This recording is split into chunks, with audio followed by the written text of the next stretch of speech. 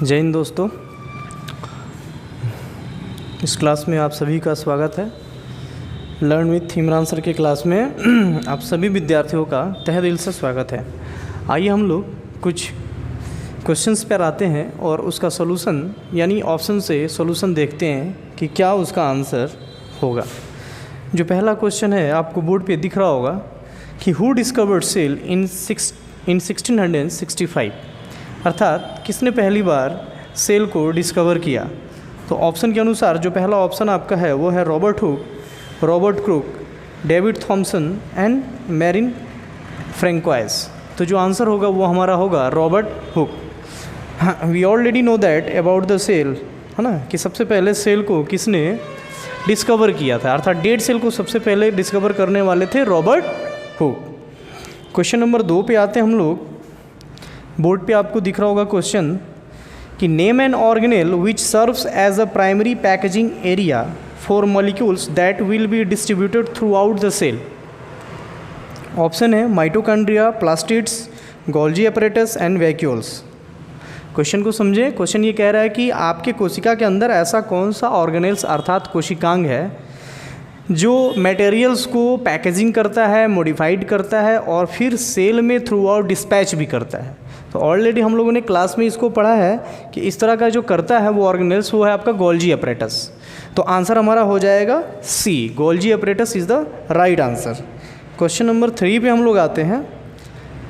Name the outermost boundary of the cell.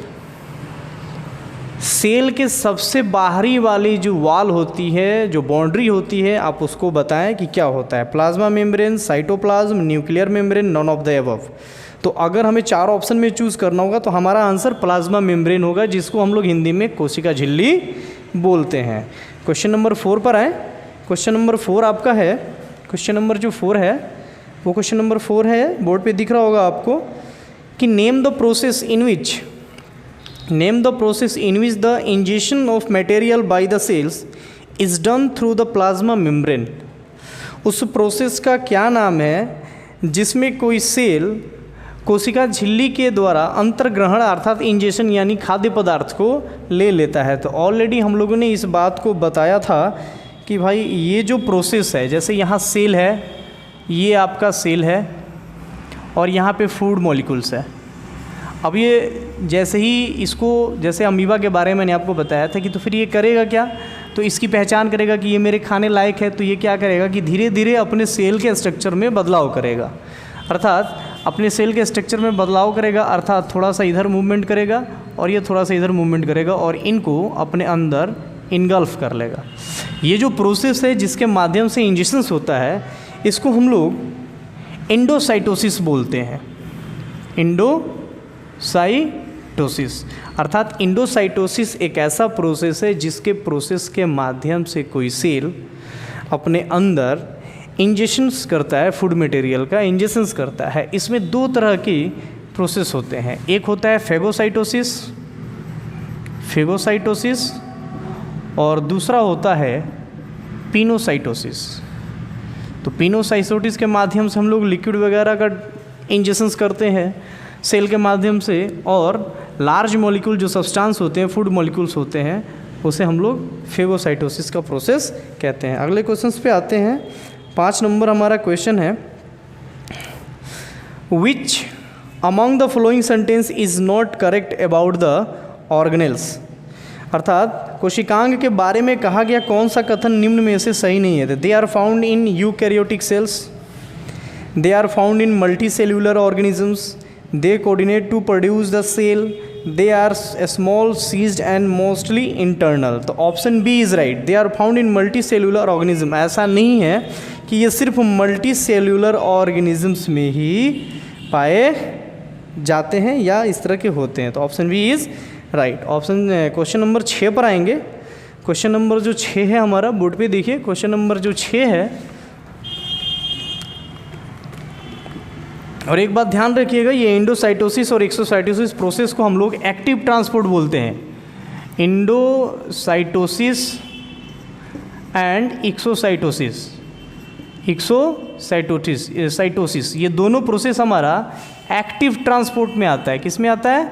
Active transport port के example में आता है, यानी सक्रिय परिवहन, सक्रिय परिवहन, सक्रिय परिवहन। चलिए क्वेश्चन नंबर 6 पे आते हैं हम लोग। क्वेश्चन नंबर जो 6 है वो कह रहा है कि name the process in which the passage of water goes from a region of higher concentration to a region of lower concentration through a semipermeable membrane. उस प्रोसेस को हम लोग क्या बोलते हैं? Name the process in which the passage of water, जब water आपका higher concentration to lower concentration जाता है तो वैसे प्रोसेस को हम लोग क्या बोलते हैं, कौन सी प्रक्रिया बोलते हैं? तो हम लोग जानते हैं कि जब भी सॉल्वेंट के बारे में बात हो तो उस प्रोसेस को हम लोग ऑस्मोसिस बोलते हैं। It is also a diffusion, ये भी एक प्रकार का विसरण प्रक्रिया ही है, लेकिन इसमें क्या है कि वाटर की बात हो रही है, जल, तो osmosis is right answer. Question number 7 पे आते हैं हम लोग। क्वेश्चन नंबर जो 7 है वो है name an organism that contain a single chromosome and cell division occurs through fission या बर्डिंग। फिजन और बर्डिंग, तो ऐसे ऑर्गेनिज्म का नाम बताइए जो सिंगल क्रोमोसोम रखते हैं और वो कोशिका विभाजन में फिजन या बर्डिंग के रूप में कार्य करते हैं। तो जो हमारा उत्तर हो जाएगा भाई, सिंगल क्रोमोसोम कौन रखते हैं? तो सिंगल क्रोमोसोम प्रोकैरियोट्स रखते हैं, और यही तो फिजन और बर्डिंग में भाग लेते हैं, यूकैरियोट्स। आ रही बात समझ में? तो answer is B. Question number 8 पे आते हैं। क्वेश्चन नंबर 8 को देखिए, बोर्ड पे होगा। क्वेश्चन नंबर 8 को देखिए आप। क्वेश्चन नंबर 8 है name the process, name the process in which the membrane of a vesicle can fuse with the plasma membrane and extrude its contents to the surrounding medium। भाई ये कह रहा है कि जब उस प्रोसेस को हम क्या कहते हैं कि जब वेसिकल्स के माध्यम से सेल के अंदर का कोई अपशिष्ट या अवांछित, जिसकी कोई ज़रूरत नहीं है, वैसा मटेरियल जब सेल से बाहर आता है और सेल मेम्ब्रेन से फ्यूज़ होकर बाहर निकलता है तो उस प्रोसेस को हम लोग क्या कहते हैं? जैसे मान लीजिए कि ये सेल हो गया, ये सेल हो गया। अब सेल में ये क्या है? केंद्र है, न्यूक्लियस है, सेंटर है, और चूँकि इसके और भी ऑर्गेनेल्स हैं, तो जिस तरह से हमें रहने खाने जीने के लिए जिस तरह से पूरी एक होल बॉडी को मेंटेनेंस के लिए पूरा कंपोजिशन चाहिए, तो एक सेल को भी उसके अंदर उसको चलने के लिए, उसके लिविंग के लिए बहुत सारे मटेरियल्स की ज़रूरत होती है। तो जब ये मटेरियल्स की ज़रूरत होती है तो उनके भी कुछ वेस्टेज प्रोडक्ट होते हैं जिनको बाहर निकालना ज़रूरत होता है। तो वो वेसिकल्स जो इनके वेस्टेज प्रोडक्ट को निकालते हैं, जैसे मान लीजिए वेस्टेज प्रोडक्ट हो गया और ये वेसिकल्स के अंदर है, तो ये वेसिकल्स धीरे धीरे धीरे धीरे सेल मेम्ब्रेन पे आएगा, और जब ये सेल मेम्ब्रेन पे आएगा तो यहाँ फ्यूज़ होगा, और इसके साथ फ्यूज़ होगा तो फिर ये जो वेस्टेज है वो क्या हो जाएगा? आउट हो जाएगा। तो इस प्रोसेस को हम लोग क्या बोलते हैं? तो इस प्रोसेस को ऑप्शन में देखिए एक्सोसाइटोसिस बोलते हैं।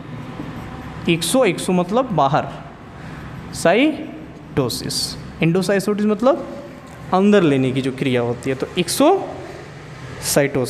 क्वेश्चन नंबर 9 पे आइए।